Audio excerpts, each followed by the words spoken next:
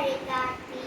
അല്ല അറിവ് നമ്മൾ ലോകത്തെ വായന എന്നൊരു കർമ്മത്താൽ വായിച്ചങ്ങനെ വളരണം എന്നൊരു വിജ്ഞാനം. അല്ല അതിന് പുസ്തക വായനയാണെന്നുണ്ടോ? ഫോൺ ഉപയോഗിക്കൽ, കമ്പ്യൂട്ടർ, ടി വി ഉപയോഗിക്കൽ